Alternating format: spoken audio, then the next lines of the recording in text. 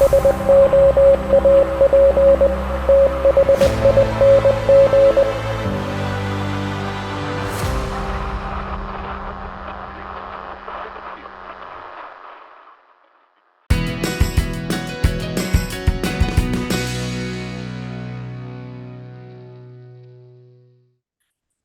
to another episode of Soap Thing Thoughts. Joining me today is Rod George. Welcome to the Soap Thing Project. How are you today? I'm doing great. Happy to be here. So you live out in California, I understand. Yes. Whereabouts in California do you work at, or where do you live at?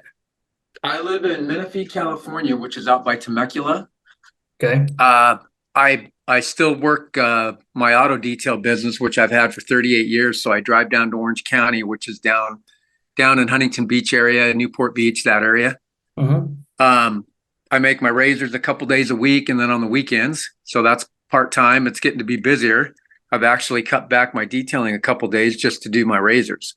So this is going to be my retirement gig. Right. Razors. So for those who don't know what you do as it relates to wet shaving, can you kind of give us a glimpse of what you do and how you do it?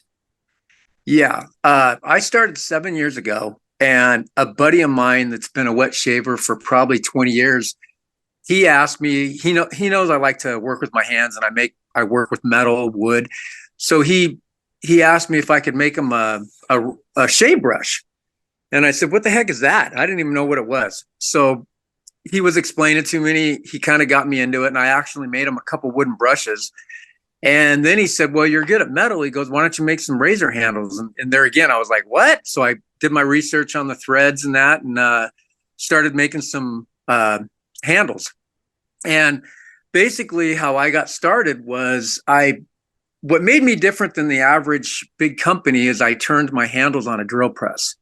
I've got a really big drill press. I think you can probably see it here. I made special jigs that I could actually turn the handle vertically instead of horizontally on a lathe. And I think it gave me a lot of creativity as far as what I could do, because my handles definitely look completely different than most companies. I started getting into where I could actually inlay one of my biggest designs was the catacomb, which has skulls in it. And I use brass because brass is easy to machine. So I can machine out and put the skulls inset with resin in the handle. So that kind of took off. That kind of really got me going. And I think because I've made them on a drill press, it just gives it a different look compared to your normal commercially made where they run off hundreds at a time. Now, just recently, if you follow my work, I got a lathe finally. I've been saying I was going to get a lathe for 7 years now. I finally got one a month ago, and now you're seeing my stainless steel designs. I did a few stainless steel handles, probably less than 10 in 7 years, because I use files when I'm working on the drill press. And stainless steel with hand files is a bear. My hands it would take me 5 to 6 hours to turn a handle with my hands and files. And that's why I stayed away from it, because there's no money in it. I just couldn't make them quick enough. Some of my brass designs I can do in an hour and a half, maybe the longest 2 hours, 2.5 hours. So the brass is really easy to machine. That's why I kind of stayed with that. I can do copper, but now that I have my lathe, I can do anything. I've done a titanium one already. I do stainless. Copper's not an issue anymore. And I can do knurling. Because of the fact on my drill press, you can't hook up a knurling attachment as opposed to a lathe. So I would get guys that would say, well, can you put knurling on there? And I could never do that. Where I would get grip is I would come up with different textures that I would put in my handle, either with a Dremel tool or cuts, various types of cuts in the handle. So it gave it grip. So now I can do knurling. So that's kind of changed everything. But I think one of the biggest things that I'm happy to say, or that I can kind of promote, is unlike a big company that runs off several hundred of the same thing, every one of my handles is completely different. I can duplicate a handle very closely, but it's still not going to be exactly the same as the original that I did. So when somebody purchases a razor from me, they're getting a one-off design that's not going to be completely duplicated. So I think that's kind of a fun thing because I'm a small guy and I do everything by hand. But that's kind of how I got started, and it's just evolved. I love trying stuff new. I really like to do stuff that's never been done or never been seen. So that's how I kind of got going. Right. There's a lot to unpack here. Really quickly. So you started on you said a drill press, and then you moved to a lathe very, very recently. Can you tell me, Yes. uh, has it gotten easier or harder? Like, what has changed going from one way of making razors from the drill press to a lathe? How has it gotten easier or Well, harder? How has it changed for you? okay, it's definitely easier because with a lathe, I do some file work, but for the most part, you have a lathe, you have actual cutters that you feed into your stock. So they actually have an edge where it actually cuts the metal. So I'm not taking my hands and physically putting pressure on the solid material, the rod, whatever it is, stainless steel, brass. I'm letting I control the cutter, but it's much easier on my hands. So it's definitely, I mean, and there are certain designs that I do that I will still do on my drill press because you can't do them on a lathe. That's why my catacomb designs, the ones that I have inlaid stuff, you can't do that on a lathe. And I think that still I have to keep with my roots to a point because a lot of people really like the stuff that I have where I put inlaid items into the handle, whatever their theme that they want, I can do it, sports theme, you name it. I've done well over 100 designs. And I think the drill press still gives me that creative part where I can still do stuff that you can't do on a lathe. But the lathe, it just enables me now to be able to work with harder steel, the titanium and the stainless steel, even copper. Copper is a bear because copper gets so hot, it actually binds, it grabs when you go to cut it. So copper can be I think that's why you don't see a lot of copper razors out there because it's very difficult to machine. And Right. it's not like you think. It's much harder solid round copper than brass. So it's really hard to make cuts. Like I said, it gets so hot that it grabs. It almost like wants to melt because it gets so hot. That's why if you have a copper handle, some people may not know this, you can put it under your sink in hot water in the wintertime, and it'll actually hold the heat when you do your shave. So you just put it under the copper and get it nice and hot, and it'll be warm when you actually shave with it because it holds the heat. I've heard other people talk about that, but I've never actually tried it myself. Can you tell me how is knurling done? Because I noticed that when you went from the drill press to the lathe, all of a sudden there was knurling all over everything. How exactly does that process work? The knurling, there's actually in fact, I'm in my garage. I'm having a hard time hearing you, so bear with me. Your volume's real low. This is actually, can you see that? Yes, I can see that. This is actually the knurling tool, and it has various wheels that you can change to get the type of knurling that you want. So you feed your stock is in here, and you actually just clamp this down, and these two wheels clamp onto the material, and that's how you actually get the knurling on the solid rod. So it's really easy. It's much easier than I thought. I mean, I thought it was going to be kind of an involved process, but it's not. It's very easy. And like I said, you can change the wheels on the knurling tool to give you a different texture of knurling, lighter, heavier, coarser. So that's I'm still experimenting with that. I think I've got 5 handles that I've done now with knurling. So I'm still in the learning process myself. And I don't have any machining background. My grandfather was a machinist, and I lost him when I'm 59, and I lost my grandfather when I was 20. So I didn't really learn a whole lot from him as far as machining, but I guess it was in the blood because I love to learn stuff, and I like to self teach myself, just experiment and try things. Right. Another question for you. You make the handles, but I Yes. understand you don't make the razor heads. Right. You source those from a Yes. third party. For those who might not know this, it's actually extremely difficult to machine a razor head because like I have Yep. it this is a Merkur 33C. Like a Right. handle is actually really easy to machine because all you gotta do is just spin it on a lathe and let the Right. tooling do its thing. But a razor Right. head has a lot of complex edges and curves and corners Absolutely.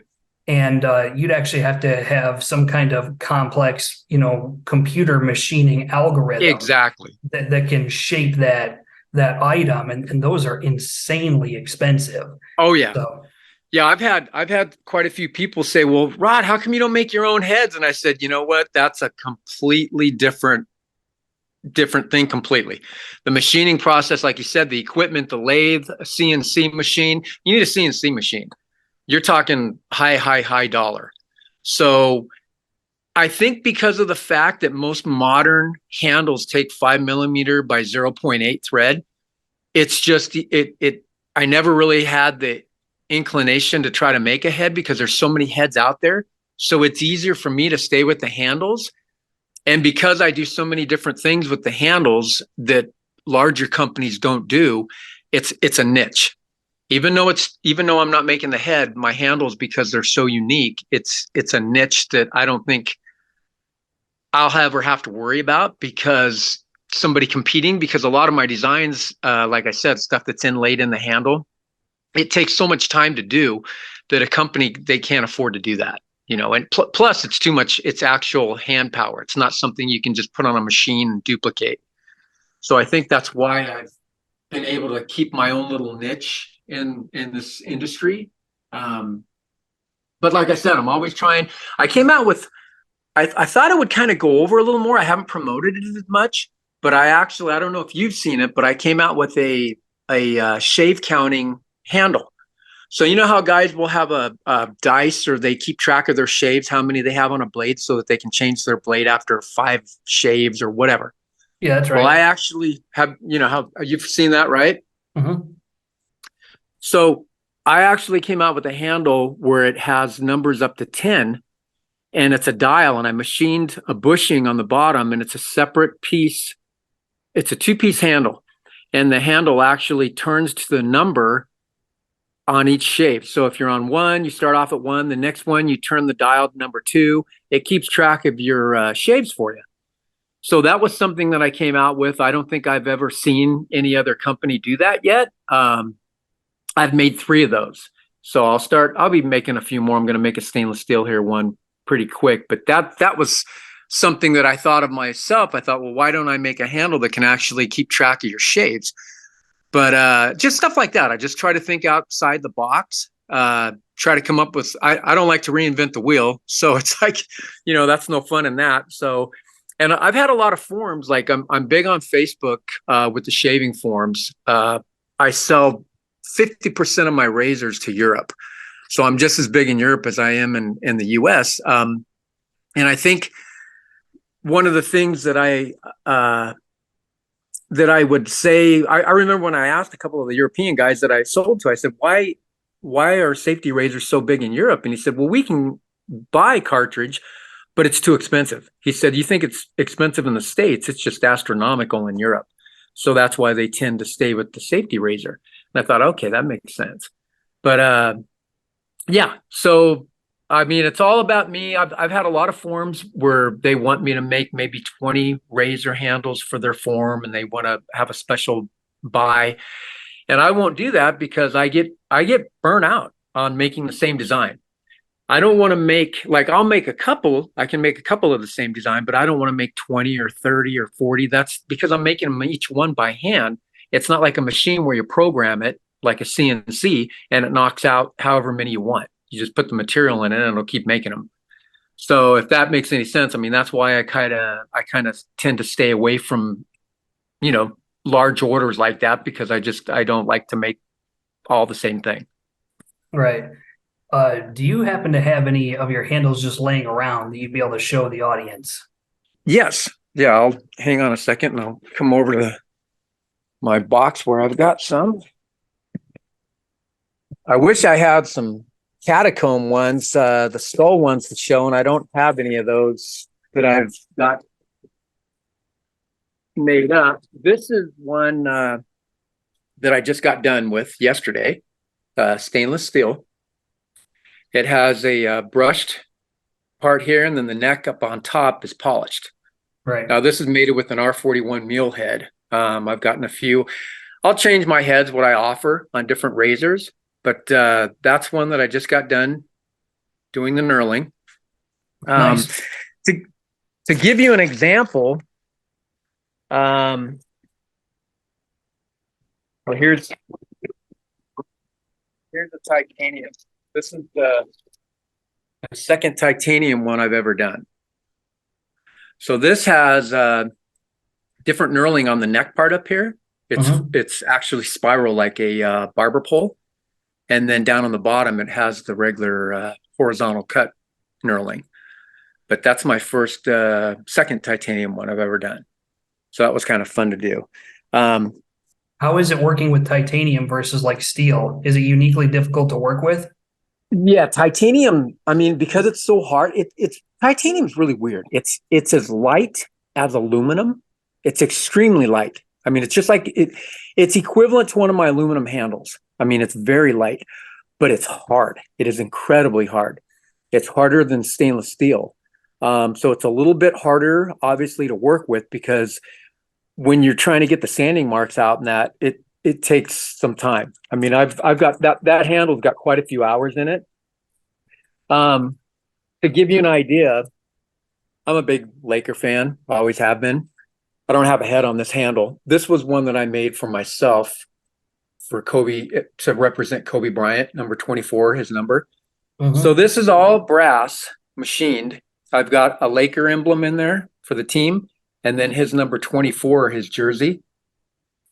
And it's a catacomb style. It's drilled out the pattern in it. That's what I call the catacomb style. And then it's hand painted and then clear coated. So stuff like this is I've done many team football handles for guys like the Packers, the 49ers, whatever. I've done all kinds of stuff like that. But that's stuff that you can't get you can't find it anyplace else. Nobody does something like that. So that's, like I said, that's one of the things that separates me, I think, from the competitors, because I can do things like that. Here's a different brass design. Now this one has holes drilled in it. This I call the Nautilus because it reminds me of kind of like the Nautilus submarine. So this was a different, it's brushed. It's a brush finish, so you don't have to polish it. That was one of my, I've probably made about 5 of these. But just stuff like that. Like I'll show you one with the texture. So you know what I'm talking about when I said that I'd make before I got my knurling machine. This one is solid brass, and it has what I call my Medusa texture because it looks kind of like Medusa's head. It's all crazy, the designs in it. This is all done with a Dremel and a different tip. Very grippy. It's not slick at all, but just gives a different texture. So that's one of my techniques that I've come up with over the years that gives grip to the handle, but yet it doesn't have the knurling to it. And obviously you can tell it looks quite different than what's out there from your normal company. One of the things that, like, I don't have a whole lot right now, but I do magnetic bases. I do where I've only got one right now, where I actually put a magnet in the bottom of the handle, This one's got 9 millimeter shells in it. This was kind of just something that I was messing around with. That's cool. I Um, like that. and then it has a base. So let me show you. Let me get in a place where I can show you how this works. So these magnets just stick like that. They're super strong. So it actually can stand by itself. I've made all kinds of these designs with the magnets in the bottom. You can clip it up into your medicine cabinet. It'll stay up there on the metal. Anything metal, it sticks to. But I've done all kinds of different types of razors with stands. So that's something that's different. That's quite unique compared to a regular manufacturer. A lot of guys, the companies will machine just a regular metal base that matches the razor. Well, I can actually do a theme. If it's a theme, if it's a sports theme, whatever, I can carry out the theme into the stand. One of my popular designs is a Viking design. It has a Viking bead in the handle. Well, I can put that bead in the stand and kind of carry it through the whole theme. So that's something different that I do compared to some other companies that just have a regular machined out little piece of metal that matches the razor that it sits in. Right. And I don't know if anybody's ever come out with a magnetized base or handle before. I've even done brushes where I have this aluminum one here. It's the only brush I have left. Okay, so same thing. It's got a magnet in the bottom. This is an aluminum brush with a synthetic, and just sticks to the base. Nice. So it just sits like that.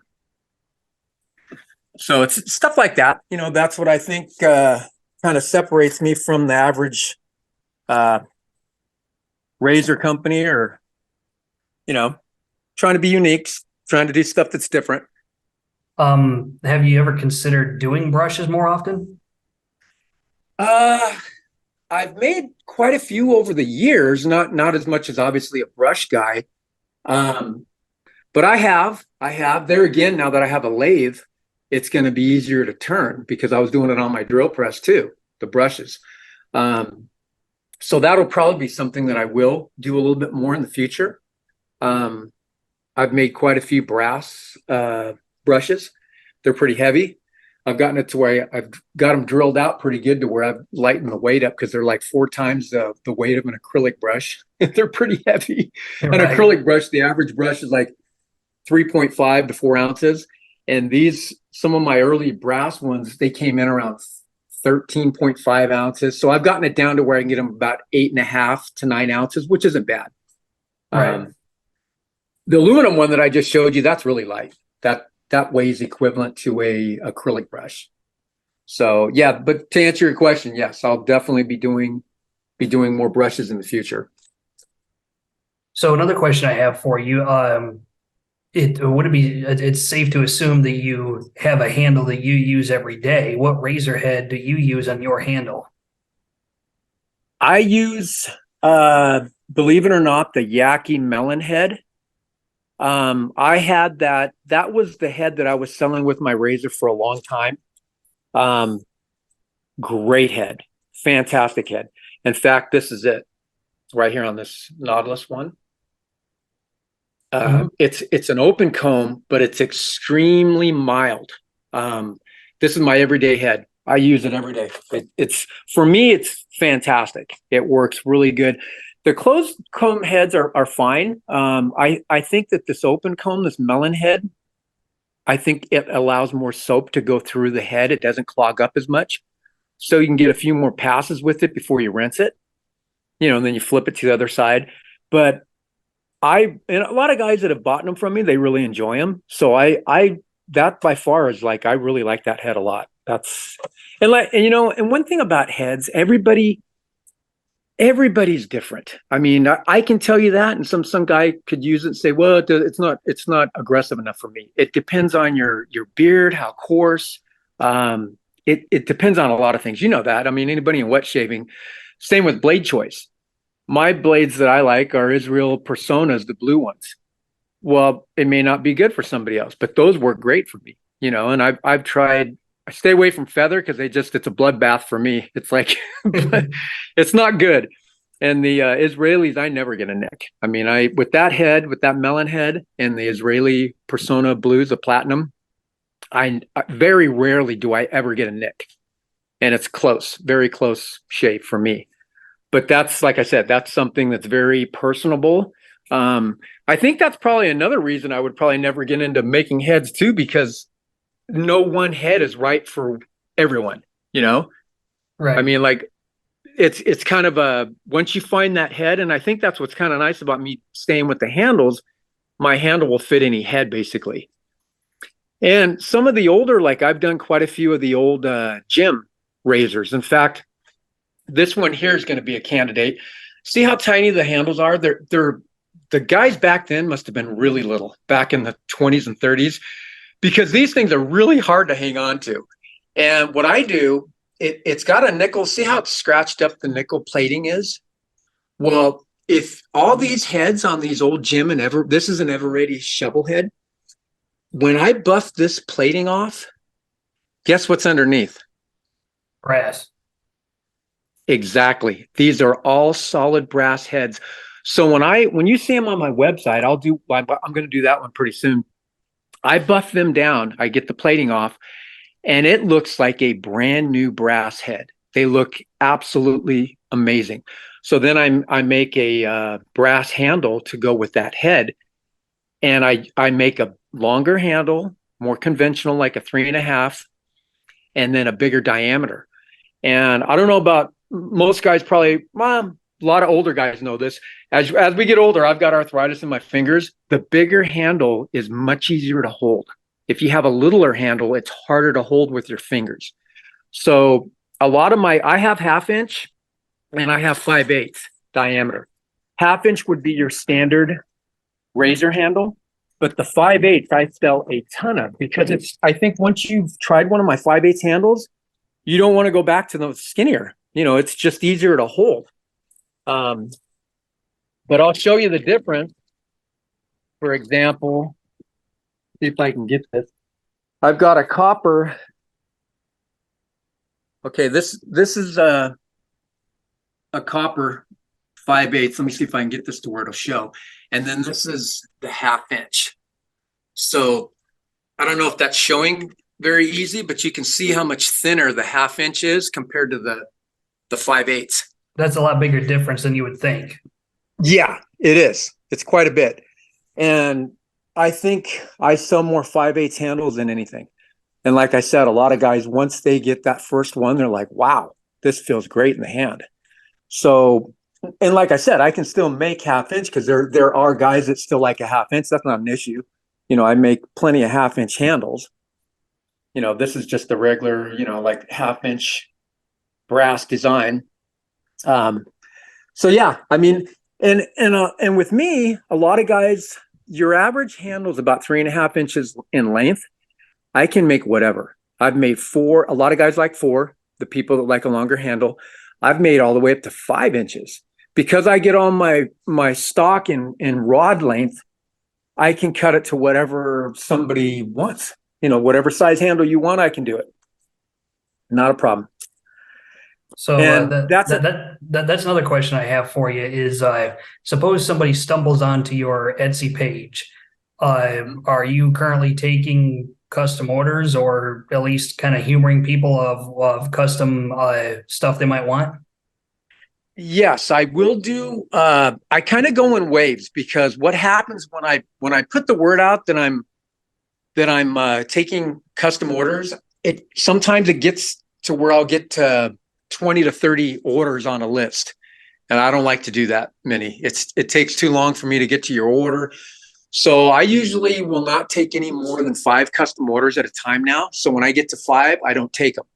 When I finish the 5, I tell people, okay, I'm taking orders again. So I like to keep it, because it got a little bit out of hand. I had some people that were waiting 4 months, 5 months to get a handle, and I thought, this isn't good. I'm a little guy. I'm not pumping them out left and right. So I kind of just, like I said, I've gotten to the point where I just do 5 at a time. I get a list of 5. I finish that 5, then I'll open back up. I've had guys also, you can draw a picture of a design that you want, and I will do my best to design that handle the way your picture is. And I've done a few of those, and they've turned out pretty good. The guys that I've done them for were really happy. I don't publicize that much because I don't want it there again for it to explode and have everybody send me pictures. Hey, make this design, make this design. But I do that.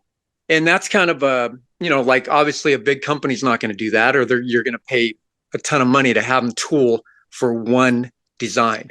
That's the advantage, I think, of me being a little garage shop guy, is I can, since I'm making one at a time, I can tool to make your design. So that's another little thing, advantage of being a small guy. Yeah, you're right. That is a one advantage of having a really small kind of machining operation going on, is you have a lot of latitude in what you can do because it's just a Yep. one-man operation. Absolutely. I do have two more questions for you before we get out of here. One is when you're polishing these razors, how difficult is it to get a good polish job on like brass and steel and titanium and things like that? Brass is extremely easy. I can polish a brass handle up within minutes. Stainless steel is much harder, and same with titanium. Copper's kind of in the middle, but I have a pretty heavy duty buffer that I change the wheels quite a bit constantly. The wheels are buffing wheels, but I have like this polishing stick is for stainless. They have different grades of sticks for, there's aluminum, there's stainless, there's brass. So that makes a big difference depending on your compound that you're using to cut the metal. That one there for the stainless is designed to buff hard metal. So if you were to use like the brass stick that I use, it would hardly touch stainless. It would take you 3 times, 4 times, 5 times the amount of time as that compound stick right there for stainless. So that's one of the things. You got to use what's recommended for what metal that you're buffing. But like I said, the stainless steel and the titanium, there's probably those 2 handles, like this one here that I showed you, that I did yesterday, polishing that neck. And then this is a 400 grit brushed look right here. This neck probably took me an hour to polish that, to get the sanding marks out of it. You get it down to about 400 with sandpaper, and then you got to polish the rest of it. So it does take a substantial amount of time, but brass is incredibly fast. Brass, I can polish a brass handle, like I said, in literally minutes, very fast. And copper's a little bit harder than brass as far as polishing, but not bad. But stainless and titanium, definitely, that's why the price, most of my handles, I've got stuff anywhere from $80 to $185. Well, the 185 stuff is the stainless steel handles, because there is even though I have a lathe now and it's easier to cut, it's still a lot of time involved with the sanding part of it, the polishing. It still takes, I probably, in that handle that I just showed you, there's probably 4 hours in that handle. So, and all my designs, everybody says, well, how long does it take? Like I said, it can vary from an hour and a half on a brass handle to, I've got, believe it or not, I have some designs that I've done for guys. I probably have 8 or 9 hours in one handle. Goodness. I mean, it's crazy. It's, and the thing is, because I'm a little guy, obviously I'm not charging for my time like a big company would. So I've tried to get a little bit better, but I'm not making the kind of, this is truly a passion. I mean, I got into this because I wanted something to do as I get older, and, I'm in California, so the weather, we don't have too bad of weather, so I can do my auto detailing business pretty much, 360 days a week, but we do get some rain. And I started this just as a side gig 7 years ago to have something to do when it's raining. Right. And it just turned into a lot more than I thought. And it's just, for me, it's a passion. I love doing it. I get to be creative. There's not too much creativity in being an auto detailer. For 38 years, I'm pretty burnt out on that. So this is really a whole different realm. I really enjoy it. I love the creative aspect of it. And I just have a good time. Like I said, I don't charge what I should for certain designs, but it's because I love doing it. Right. Well, that's good. I'm glad to hear that. One last question for you before we get out of here. Okay. So suppose somebody were buying one of your handles and they're like, you know what, I got to have a razor handle from this guy. Ain't nothing going to stop me. I'm buying one. But Mm-hmm. but they wanted like if they were going to buy a stainless steel handle from you, they want a stainless steel head. Who would you point them to? That's a good question. That that really, I don't know if I would have a recommendation because I don't really use a stainless steel head. I haven't really used one. There's a lot of guys out there. Like I'll give you an example. Because everybody has their favorite head. Brass, since I've been doing brass for so long, a lot of the guys that have my handles, they made them up with a carved head because they're brass. They carve Christopher Bradley. He has the brass razor. He only makes a couple different handles, so there's not a lot of choice on handle. That's why they usually will get a handle from me, but they use his head on my handle. So as far as stainless, that would be a tough one. I don't know what I would tell you on that because I haven't really used any solid stainless steel heads.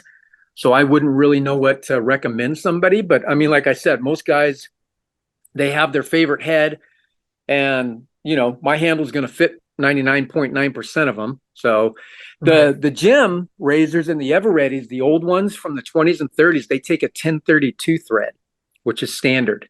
It's not metric. I make those as well, and they're opposite. Instead of the handle being the female, the handle on the old ones actually has a post with the threads in it, and the head is the female part. So I do make those stainless steel threads that go down in there. I make a stud that goes down into the handle, so I do that.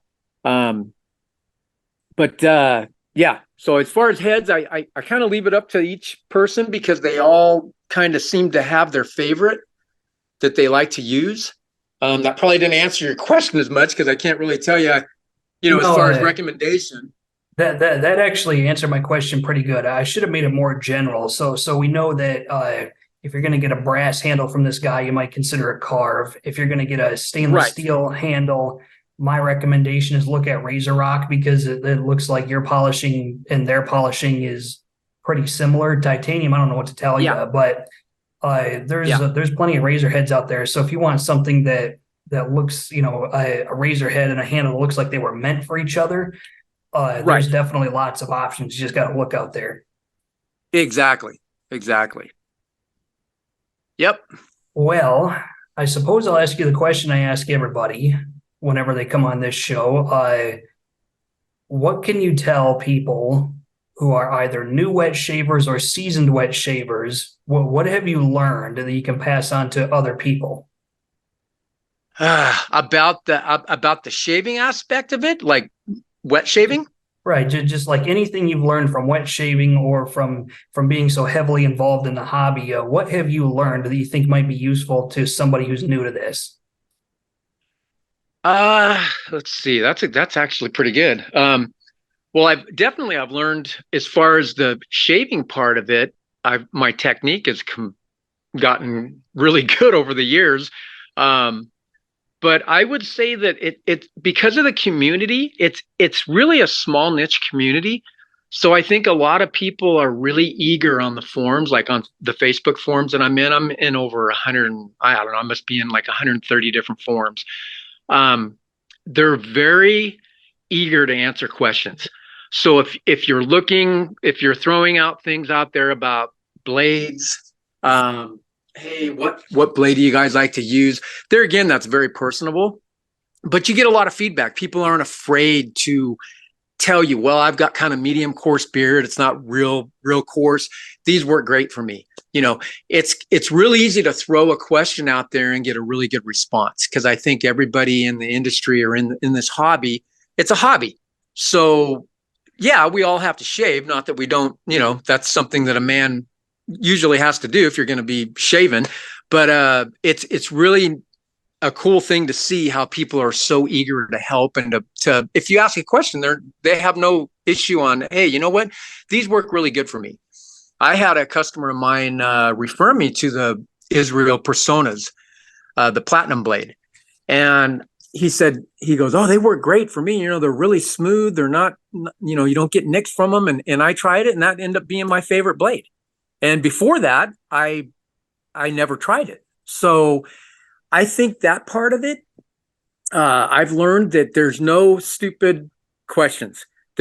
You can be a newbie, you can be somebody who's been in it for 20, 30 years, and there's no stupid questions. You can throw it out there and you'll get a plethora of different answers that the guys are really eager and happy to answer for you, based on their experience with whatever you're talking about. So that I think is something that I've probably learned. It's the relationships. There's a lot of guys that I've become really close with, even in Europe. That part's really fun. But probably the fact that it's a hobby that, like I said, you have no problem throwing out a question and somebody's going to give you their feedback, Well said. Well, very, very, very well said. I like that. Well, everybody, I want to take this time to thank Rod George for coming onto the Soap Thing project and talking about his products. I will have all his links in the description of this video, and definitely check him out if it's something you're interested in. He makes some unique, one-of-a-kind stuff. I want to thank everybody for watching, and until next time, this is Soap Thing telling you, as always, shave like you mean it. Thanks for watching. Thanks a lot, buddy.